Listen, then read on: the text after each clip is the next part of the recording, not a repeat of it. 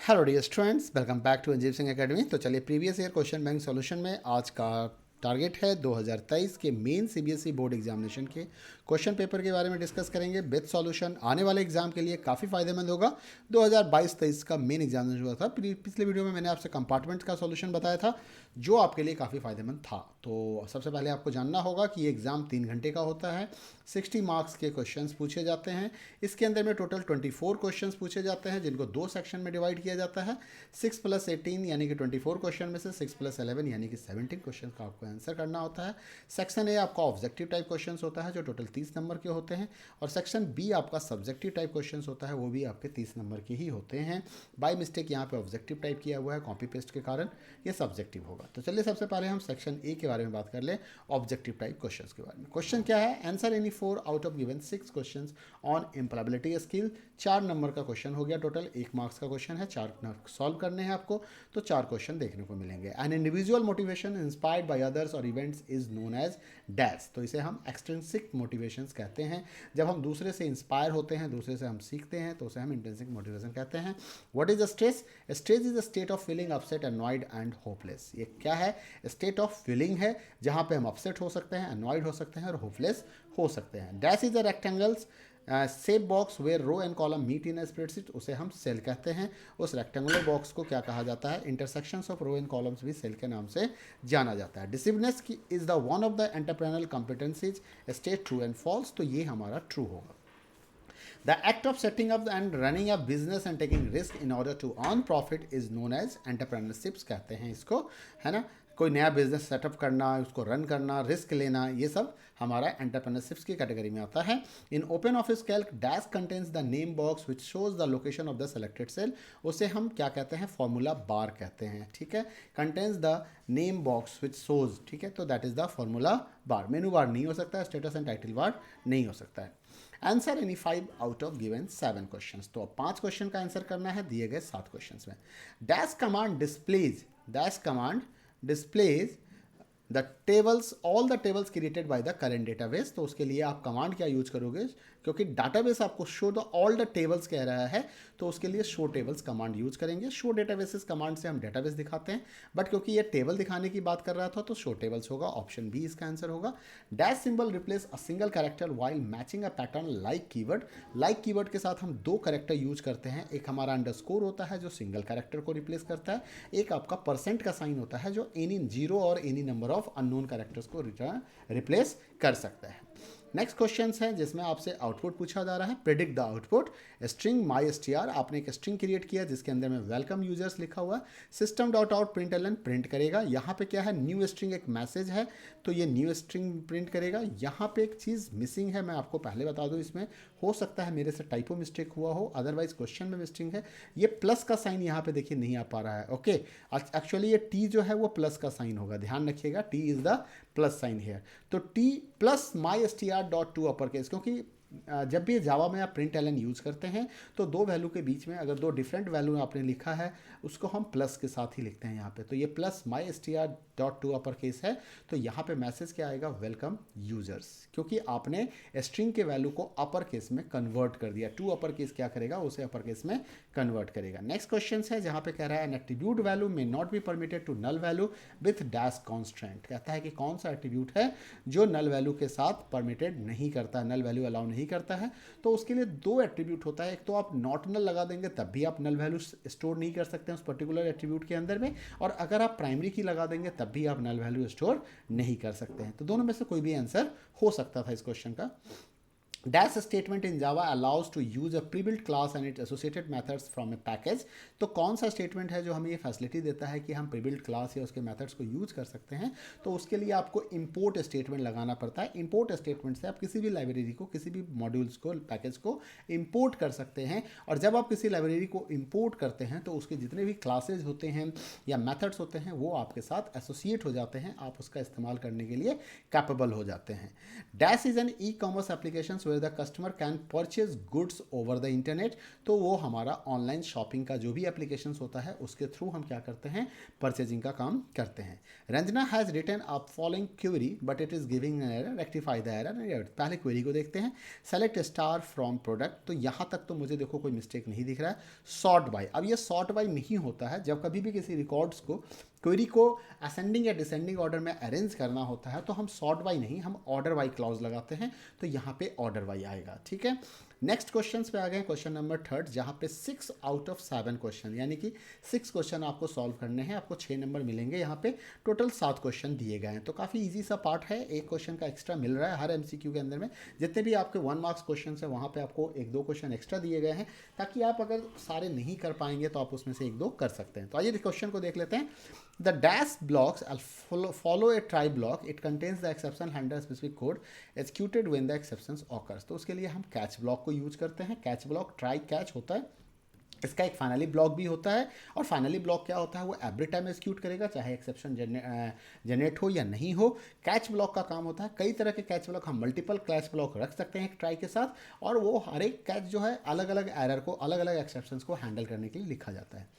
Database management system could not find any usages in hospital domain, totally false statement. देखिए आज का ऐसा कोई आज के समय में जहाँ भी कंप्यूटर सिस्टम यूज हो रहा है तो हमारा पर्पस क्या होता है, हम डेटा को स्टोर करना चाहते हैं, हम डेटा को मैनेज करते हैं, हम इफिशिएंटली इंफॉर्मेशन को प्रोसेस करना चाहते हैं, तो आज हर जगह पे डेटाबेस का इस्तेमाल हो रहा है, चाहे वो किसी भी फॉर्म में यूज़ किया जा रहा हो, तो ये फॉल्स स्टेटमेंट है।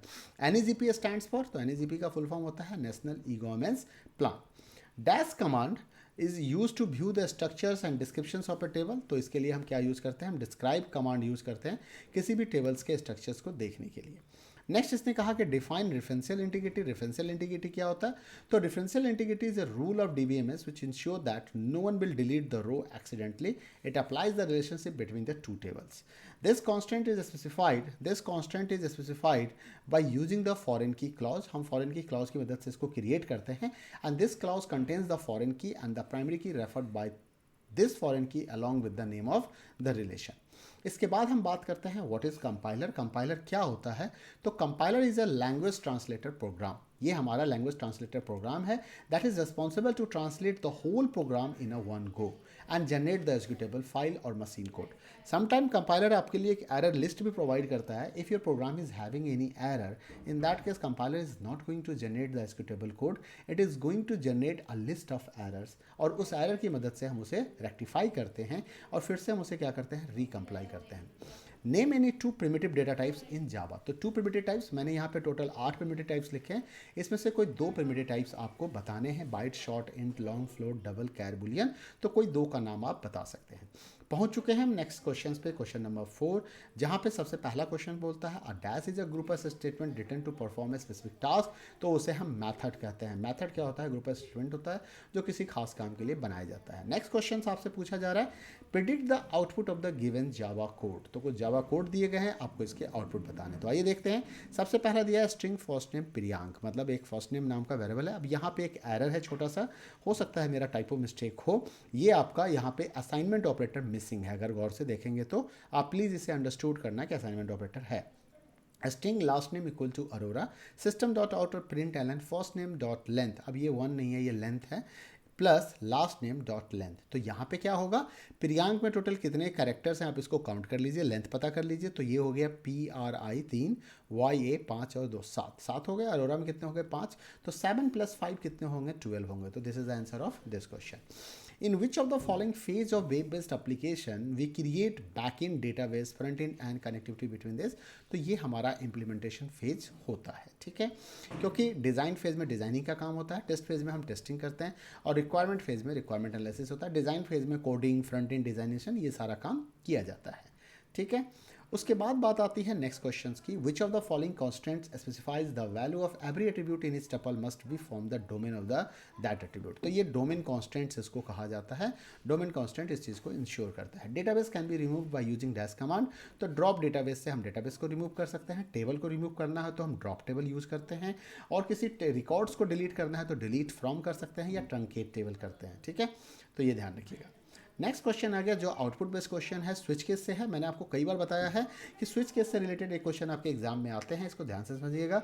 What will the output of the following code if the value variable is A is 1। तो ए का वैल्यू इसने 1 कहा, तो ए जब 1 होगा तो ये मल्टीपल केस लिखे गए हैं, केस के आगे एक न्यूमरिक वैल्यू दिया गया है, तो ये ए की जो वैल्यू है ये इस केस के साथ कंपेयर किया जाएगा। तो केस स्विच ए यानी कि ए जीरो मैच नहीं करता है क्योंकि ए 1 है, ए 1 ये मैच कर गया, तो ये वाला केस आपका ट्रू हो जाएगा। तो यहाँ से क्या आएगा, रेड आएगा। लेकिन क्योंकि इस स्विच केस के बाद यहाँ पे ब्रेक स्टेटमेंट यूज़ नहीं हुआ है, तो ये इसके नीचे वाले केस को भी ट्रू मान लेगा, तो रेड के बाद एक ऑरेंज भी आएगा। तो टेक्स्ट फील्ड 1 की वैल्यू यहाँ से तो रेड सेट हो रही थी, लेकिन क्योंकि उसी टेक्स्ट फील्ड की वैल्यू आप चेंज करके क्या कर रहे हो, ऑरेंज कर रहे हो, तो जो पहले वाला डाटा था वो डिलीट होकर वहाँ पे लेटेस्ट वैल्यू क्या लिखा जाएगा, ऑरेंज लिखा जाएगा। और उसके बाद आपने ये ब्रेक कर दिया तो आप स्विच केस से बाहर आ जाएंगे। तो फाइनली जो टेक्स्ट की वैल्यू होगी वो क्या होगी, ऑरेंज होगी। चलिए अब पहुंच चुके हैं हम नेक्स्ट क्वेश्चन पे, क्वेश्चन नंबर 5, जहां पे 5 आउट ऑफ गिवन 6 क्वेश्चंस आपको सॉल्व करने हैं। फ्रंट एंड और बैक एंड से रिलेटेड क्वेश्चन अक्सर पूछे जाते हैं, तो इसको ध्यान में रखिएगा। Define front end with respect to web based application. तो फ्रंट एंड क्या होता है वेब बेस्ड एप्लीकेशन में, एक पेज होता है जो एक इंटरफेस प्रोवाइड करता है, जो लिंक प्रोवाइड करता है दूसरे पेजेस का, ठीक है। Dash member of class can be access outside the class. तो private members of class can not, तो कैन नॉट कह रहा है तो प्राइवेट हो जाएगा, और कैन कहता है तो पब्लिक हो जाता है, ठीक है। तो नॉट के कान यहाँ पे हम प्राइवेट लगाएंगे, अदरवाइज ये पब्लिक हो जाएगा। क्रिएट टेबल एक ऐसा कमांड है, create table, alter table, create database, ये जितने भी कमांड है ये सारे हमारे DDL कैटेगरी में आते हैं। तो ये कौन सा कमांड है, DDL कमांड है। और DML कमांड की अगर हम बात कर ले तो यहाँ पे इंसर्ट, अपडेट, डिलीट, सेलेक्ट ऐसा क्वेरी स्टेटमेंट भी कहलाता है। तो जनरली DML में आप इंसर्ट, डिलीट, अपडेट रख सकते हो, बट समटाइम सम बुक्स में इसको सेलेक्ट को भी DML कमांड में भी रखते हैं। Name any two web browsers, तो कई सारे ब्राउजर्स, आज के समय में ब्राउजर को कौन नहीं जानता। आप अभी यूट्यूब वीडियो देख रहे होगे तो हो सकता है आपने गूगल क्रोम स्टार्ट किया होगा, हो सकता है आपने माइक्रोसॉफ्ट एज से स्टार्ट किया, बट अगर आप मोबाइल पे होगे तो यूट्यूब ऐप आपने स्टार्ट कर लिया होगा, that is different thing. But बड़ा कॉमन सा ब्राउजर है Microsoft Edge, Mozilla Firefox, Google Chrome, etcetera etcetera etcetera. Name the Indian government portal for booking train की टिकट्स। तो irct.co.in ये इंडियन गवर्नमेंट का साइट्स है जहाँ से हम रेलवे की टिकट को बुक कर सकते हैं। अब आप कहोगे सर बहुत सारे ऐप भी हैं जिसके थ्रू हम रेलवे टिकट बुक करते हैं, तो एक्चुअली वो ऐप भी IRCTC के थ्रू ही बुकिंग करता है, वहाँ से वो API यूज़ कर रहा होता है। Name the method that is use to concatenate a string at the end of the nested in Java, उसके लिए हम कॉन्कैट मेथड यूज करते हैं। अब हम पहुँच चुके हैं 6 नंबर क्वेश्चन पे। Question answer any 5 out of given 6 question. RDBMS package are widely use. RDBMS किस लिए यूज होगा, वो हमेशा बैकएंड के लिए होता है, और जावा किस लिए यूज होगा, वो हमारा फ्रंट एंड के लिए यूज होता है। Mention any one E governments initiative taken by central government of India, तो वो हमारा NICNET है, NEGP है, कई सारे हैं, तो इसमें से 2 को याद रखिएगा, आपका काम आसान हो जाएगा। आपने अगर हमारा क्वेश्चन बैंक नहीं लिया तो वो क्वेश्चन बैंक बाई कीजिए, वहाँ पे काफ़ी सारे क्वेश्चंस मैंने इंक्लूड कर रखे हैं। What is a byte code? Byte code is a Java compile code which is interpreted bye JVM and convert into the machine code. आप ऐसे भी लिख सकते हो, आपसे सिंपल बाइट कोड पूछा गया था तो आप लिख सकते हो कि Java compile code is known as the byte code, ठीक है। Requirement, implementation and testing. तो रिक्वायरमेंट के बाद क्या बचा, डिज़ाइन बचा। 4 फेज होते हैं, उसको ध्यान में रखना, requirement, design, implementation and testing phase. तो देखो इससे 2 क्वेश्चन पूछा गया था इस एग्जाम में। एक MCQ क्वेश्चन में पूछा गया था कि किस फेज में हम इस काम को करते हैं, और यहाँ पे पूछा जा रहा है कि कौन कौन सा फेज होता है। तो इसका आंसर क्या आ गया, डिज़ाइन फेज आ गया। Which of the following is not a keyword in Java? तो कीवर्ड इन जावा में आपको ध्यान से देखना है। जैसे ऐसे तो देखा जाए तो अगर मैं केस सेंसिटिविटी की बात करूँ तो केस सेंसिटिव की बात करूँ तो वाइल भी हमारा कीवर्ड नहीं होना चाहिए। वाइल W कैपिटल में टाइप है, बट मैं मान लेता हूँ थोड़ी देर के लिए कि मैंने टाइपो मिस्टेक किया होगा, तो वाइल हमारा कीवर्ड होता है स्मॉल लेटर में, तो डिस्प्ले यहाँ पे क्या हो जाएगा, कीवर्ड नहीं है। प्रिंट एलन क्या कीवर्ड है, नहीं है। सिस्टम डॉट आउट द क्या कीवर्ड है, नहीं है। आप यूज करते हो but that is not the keyword, ध्यान रखिएगा। The functions that are use to apply the certain mathematical functions on a group of values one in database are called, उसे हम क्या कहते हैं, ऑन ग्रुप ऑफ वैल्यूज। ये 1 क्या है, 1 मार्क्स का क्वेश्चन है ये, है ना। उसे हम एग्रीगेट फंक्शंस कहते हैं। क्या कहते हैं उसे, हम एग्रीगेट फंक्शंस कहते हैं। सब्जेक्टिव टाइप क्वेश्चंस पे आ चुके हैं। सेक्शन B जो कि 30 मार्क्स का क्वेश्चन है। Answer 3 out of given 5 question on employability skill. 20 to 30 words में आंसर देने हैं आपके। 3 क्वेश्चन आंसर करोगे, 2 मार्क्स का हर एक क्वेश्चन है, 6 नंबर आपको मिल जाएगा। Briefly discuss the importance of positive attitude. देखो पॉजिटिव एटीट्यूड क्या होता है, which makes a person happier. Helps to build and maintain the relationship, it even increase one's chances of success, मतलब आपके सक्सेस के चांसेस को भी इंक्रीज करता है जब आप पॉजिटिविटी के साथ काम करते हो। Name any two types of entrepreneurs, entrepreneurs के दो टाइप बताने हैं। कई तरह के एंटरप्रेन्योर्स हो सकते हैं, बिजनेस एंटरप्रेन्योर हो सकते हैं, इंडस्ट्रियल एंटरप्रेन्योर हो सकते हैं, एग्रीकल्चर एंटरप्रेन्योर हो सकते हैं, सर्विस एंटरप्रेन्योर हो सकते हैं। Write down the main steps to apply filter to a tabular data in Calc, है ना। Main steps to apply filter to a tabular data, तो steps to apply the filter to a tabular data is as follow. सबसे पहले आप alter filter icon पे click करेंगे, जब tool bar के अंदर में एक फिल्टर बटन से ये ऐड कर देता है हर एक कॉलम के साथ। उसके बाद आपको क्या करना है, जिस भी कॉलम के साथ वो फिल्टर लगाना है उस कॉलम के रेस्पेक्टिव उस कॉलम के फिल्टर पे क्लिक कीजिए। ड्रॉप डाउन के अंदर में लिस्ट ऑफ वैल्यूज होगा जो उस कॉलम के अंदर कंटेंट किया गया है। बाय डिफॉल्ट सारे चेकड और सेलेक्टेड होते हैं, आपको जिसको चेक करना है चेक रखें, जिसको अनचेक करना है अनचेक कर ले। ओके करेंगे, आपके पास फिल्टर डेटा अवेलेबल हो जाएगा। नेक्स्ट क्वेश्चन आता है कि mention any two common barriers to entrepreneurship. Entrepreneurship के लिए कॉमन बैरियर क्या हो सकता है? पर्सनल बैरियर हो सकता है, एनवायरनमेंट बैरियर हो सकता है, और भी कई सारे हैं। मैंने दो ही आंसर यहाँ पे लिखे हैं, आप बुक से एक बार रेफर कर सकते हैं या हमारे एम्प्लॉयबिलिटी स्किल के क्वेश्चन बैंक से भी आप रेफर कर सकते हैं। Mention any two steps to overcome personality disorder. ये पर्सनालिटी डिसऑर्डर के लिए बता रहा है कि क्या है इसका समाधान, वो स्टेप बताइए। तो ओवरकम टू पर्सनालिटी डिसऑर्डर का सबसे पहला ऑप्शन आता है कि टॉक टू समवन, आपको किसी से बात करना चाहिए। आपका पर्सनालिटी डिसऑर्डर है, मतलब आपको बात करने में डर लग रहा है लोगों से। Look after your physical health, अपने फिजिकल हेल्थ पे ध्यान दीजिए, एक्सरसाइज कीजिए। Build confidence in your ability to handle the difficult situation, आपके अंदर ये पॉजिटिविटी होनी चाहिए कि मैं कर सकता हूँ इस काम को, है ना। इंगेज कीजिए अपनी हॉबीज़ के अंदर, अपने काम में। Stay positive by choosing words like challenges instead of problems. अब मेरे साथ जब प्रॉब्लम आती है तो मैं क्या करता हूँ, मैं टीचिंग करने लगता हूँ, मुझे पढ़ाना अच्छा लगता है। मैं जुनून, मुझे लगता है कि पढ़ाने के साथ मेरा सारा ना जितने भी स्ट्रेस होते हैं वो खत्म हो जाते हैं, तो मैं इस काम में लग जाता हूँ। नहीं पढ़ा सकता हूँ तो यूट्यूब वीडियो बनाना शुरू कर देता हूँ, तो या ब्लॉगिंग करना शुरू कर देता हूँ। तो ये मेरा एक अपना हॉबीज़ है। Answer 3 out of the given 5 question in 20 to 30 words. Next question पे आ गए, यहाँ भी 3 क्वेश्चन करने हैं, 2 मार्क्स के हर एक क्वेश्चन होंगे।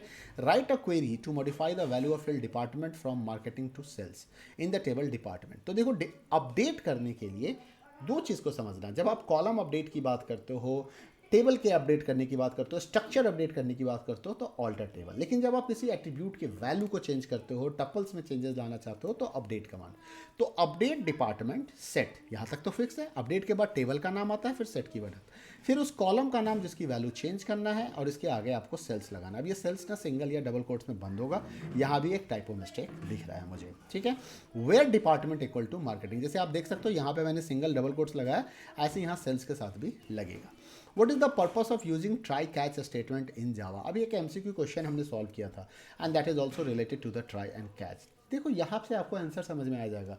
Try catch statement in Java use to handle the exception. Exception क्या होता है? It is a run time error, unexceptional से एरर, मतलब आप अनप्रिडिक्टेड एरर, आपने प्रोग्राम में कुछ गलत वैल्यू इनपुट कर दिया जिसके कारण एक एरर जनरेट हो गया, एक एरर रेज हो गया, तो उसे हम एक्सेप्शंस कहते हैं। अब इस एक्सेप्शंस को कैसे हैंडल, उस केस में क्या होता है कि एबनॉर्मल टर्मिनेशन ऑफ प्रोग्राम होता है। तो इस एबनॉर्मल टर्मिनेशन ऑफ प्रोग्राम को रोकने के लिए हमें एक्सेप्शन हैंडल कोड लिखने होते हैं। तो सबसे पहले हम ट्राई लिखते हैं, ट्राई ब्लॉक में हम उस स्टेटमेंट को रखते हैं, उस कोड को रखते हैं जिसके कारण एक्सेप्शन हो सकता है, और कैच ब्लॉक में हम उस एक्सेप्शन कोड को रखते हैं जो उस एक्सेप्शन का रेमेडीज है, जो उसका मेडिसिन है, जो उसको हैंडल करेगा। contains the code which can generate the exceptions, contains the code to handle the exception which thrown by the try block statement, ठीक है। explain any two methods of a string class in Java with suitable example, to uppercase, to lowercase, to convert a string in uppercase, to convert in a string lowercase। example कह रहा था hello my string dot to uppercase, my string dot to lowercase, तो इस तरह से हम upper and lower case में convert कर सकते हैं। mention any two major significances of database management system। database management system के क्या क्या significance हो सकते हैं? सबसे पहला आता है self describing nature of database system, insulations between programs and data, sharing of data, reduced redundancy, improved consistency, improved availability, security, user friendly। तो कई सारे हैं, आपको दो मेजर सिग्निफिकेंस के बारे में बताना था। Fill in the blanks question से यहाँ पे दिया हुआ है, तो आइए जरा से इस क्वेश्चन को देख लें। क्या है fill in the blanks? The number of attribute in relation is called. देखिए, नंबर ऑफ एट्रीब्यूट को हम डिग्री कहते हैं, नंबर ऑफ टपल्स को हम कार्डिलिटी कहते हैं। To avoid the repetition in the result of select, repetitions को अवॉइड करने के लिए हम डिस्टिंक्ट कीवर्ड यूज करते हैं अपने क्वेरी के अंदर। नेक्स्ट क्वेश्चंस पे आ गए, यहाँ पे 2 क्वेश्चंस करने हैं आउट ऑफ गिवन 3, 6 मार्क्स यानी कि 3 मार्क्स के क्वेश्चंस हो गए, 30 to 50 वर्ड्स में करने। Discuss any 3 main purposes of using the database application in 3 educational domain. तो purpose of DBMS in education होता है storing information, student detail, marks, result, fee, information about faculty and staff member, for storing information about school, college, infrastructure, department, offered course details etcetera. तो ये कुछ इसके uses हो सकते हैं। देखिए इस तरह के क्वेश्चन हमेशा आते हैं एग्जाम में, तो बड़ा कॉमन सा आंसर होता है, बस थोड़ा सा दिमाग लगा के आपको उनका आंसर करना होता है। Read at the following program code using switch statement, तो स्विच स्टेटमेंट से इसको रीराइट करना है। यहाँ पे क्या लिखा हुआ है, if colour equal to 10, colour equal to 10 का मतलब हो गया ये कंपेयर कर रहा है, इसके अंदर का ये बॉडी हो गया, कलर इक्वल टू 20 इसके अंदर का बॉडी हो गया, कलर इक्वल टू 30 इसका। तो अब क्या करोगे जब इसको स्विच केस में कन्वर्ट करना है, तो जो भी इफ एल्स है इसको तो समझो कि ये क्या हो गया, एक तरह का केस हो गया। ये क्या बना, केस 10, केस 20, केस 30, और ये क्या बनेगा, डिफ़ॉल्ट बनेगा। केस 10 है तो रेड प्रिंट करो, 20 है तो ऑरेंज, और 30। आइए ज़रा इसका सॉल्यूशन देखते हैं। क्या किया मैंने, यहाँ पे लिख दिया स्विच कलर, कलर वेरिएबल के साथ वैल्यू कंपेयर हो रहा था इसलिए मैंने यहाँ पे कलर लिखा और कॉलन लगा दिया। उसके बाद ओपन करली ब्रेसेस के अंदर देखो यहाँ पे हम क्या लिख रहे हैं, या सॉरी यहाँ पे कॉलन नहीं आएगा, ठीक है, ये कॉलन नहीं आएगा, टाइपो मिस्टेक है। उसके बाद हमने यहाँ पे लिखा केस 10, क्या लिखा, case 10 system dot out print ln red और ब्रेक लगा दिया। Case 20 print ln orange break, case 30 print ln और ब्रेक, और डिफ़ॉल्ट में क्या कर दिया, प्रिंट एलन एंड ब्रेक। तो इस तरह से आप इसको स्विच केस में कन्वर्ट कर सकते हैं। एक टाइप ऑफ मिस्टेक मुझे यहाँ पे भी दिख गया। चलिए, state the role of the database administrator, database administrator का क्या रोल है ना। एंड स्नेहा हैज़, तो database administrator is the database, the DB administrator, the database and the DBMS, मतलब वो एडमिनिस्ट्रेट करता है किसको, डेटाबेस को, डीबीएमएस को। DB is responsible for authoring access, monitoring its use, providing technical support, acquiring software and hardware resources. ये DBMS का, database administrator का काम होता है। अब यहाँ पे एक कमांड लिखा गया था, उस कमांड में क्या था, but C is unable to execute the successfully, select name comma marks from student table. ये टेबल कीवर्ड यहाँ पे नहीं आएगा, where name equal to P और सेमीकोलन मिसिंग है, ठीक है। ये लाइक कमांड मुझे लग रहा है, नेम इक्वल टू पी नहीं होगा, बट से अनेबल तो right the correct the rectify the error. तो ठीक है, इसमें कुछ क्वेश्चन में क्लियर नहीं था कि हमें क्या करना था, तो इसको हमने क्या लिखा, select name comma marks from student where name like P%, मतलब मैं उस नाम को देखना चाहता हूँ जिसका नाम P से स्टार्ट हो रहा है। Answer 3 out of given 5 questions in 50 to 80 words. What is the purpose of having clause and how it is different from the where clause in SQL? काफ़ी कॉमन सा क्वेश्चन है। Having clause is use with the group by, जब group पे कोई condition लगाना होता है तो हम हैविंग को यूज करते हैं। And where clause is use to apply the conditions on the row, it is used to apply the condition on the group. The having clause is different from the where. The where clause is used to apply the condition on all rows, while having clause apply the condition on the group of records. Clear हो गया यहाँ पे। अब जैसे देखो हमें सारे दिल्ली वाले बच्चे चाहिए, तो name city from student where city Delhi कर दिया। बट हमें दिल्ली वाले, हमें सिटी वाइज रिकॉर्ड चाहिए, नंबर ऑफ स्टूडेंट चाहिए जो दिल्ली में बच्चे हैं, तो हमने क्या लिखा, name city select count star, यहाँ पे select city comma count star aggregate function के तौर पे आएगा फ्रॉम स्टूडेंट। और अब आपने इसको ग्रुप कर दिया कि सिटी वाइज क्या करो, ग्रुपिंग करो, ताकि हमें सिर्फ सिटी का नाम और नंबर ऑफ रोज पता चले, रिकॉर्ड्स पता चले। और फिर बोल दिया हैविंग सिटी दिल्ली, तो क्या है भाई, दिल्ली वाले सिर्फ सिटी का हमें बताना और किसी का मत बताना। Write advantage of online tutorials, online tutorials के क्या एडवांटेज हो सकते हैं। ऑनलाइन ट्यूटोरियल्स के एडवांटेज हैं time saving, easy to learn, flexibility of time and location, pace of learning depends on student. Why is Java considered as a object oriented programming, ठीक है। Explain data members and member method with the help of the example. Java is a object oriented programming language. In object oriented programming language a program is a collection of objects that interact with the other object to solve the problem. Each object is an instance of class. In Java, most fundamental features classes and objects. That's why it is called object-oriented programming language. Next आता है कि data members क्या होते हैं। तो the attributes of class are known as the data members. It is also known as the instance variable. Data members are use to store the value of the object attributes. Every instance that is object of a class having their own data members that is called instance variable. अब बात आती है member methods की। तो member methods define inside the class to handle the data member of class such as displaying and getting the values of data members are called methods member. Method members of a class are invoked on a object to perform the actions associated with that method, ठीक है। अब आइए एक class बना के दिखाते हैं। तो यहाँ पे क्लास बुक, अब हमने ये डाटा मेंबर्स डिफाइन कर दिया। अब मेथड मेंबर, तो देखो डाटा मेंबर में तो हमने सिर्फ डेटा टाइप और वेरिएबल का नाम लिखा था। जब मेंबर मेथड की बात आ गई मेथड मेंबर, तो पब्लिक इंट गेट और यहाँ पे ओपन एंड क्लोज पैरेंथेसिस दे दिया, return B N O, set B N O, तो यहाँ पे B N O equal to B N O कर दिया गया। डिस्प्ले फंक्शन बना दिया, public void display, display book number, book name and book price. तो इस तरह से ये आप क्लास भी कंप्लीट कर सकते हैं। Java is a platform independent language. Justify the statement. Java is a platform independent due to JVM. Once a programmer has compiled the Java program, converted into bytecode, it can be run on any platform, that is Mac, Windows, Linux, everything, as long as it has a JVM to running on it. So this makes Java program platform independent and highly portable. Give two relational operator and two logical operators in Java. तो relational और logical operator आपके पास कई सारे हैं, आपको सिर्फ उसका नाम बताना था। Relational operator equal to, not equal to, greater than, less than, greater than equal to, less than equal to. Logical operator not, और, एंड। ठीक है। Write the output of the following code. Last question है ये।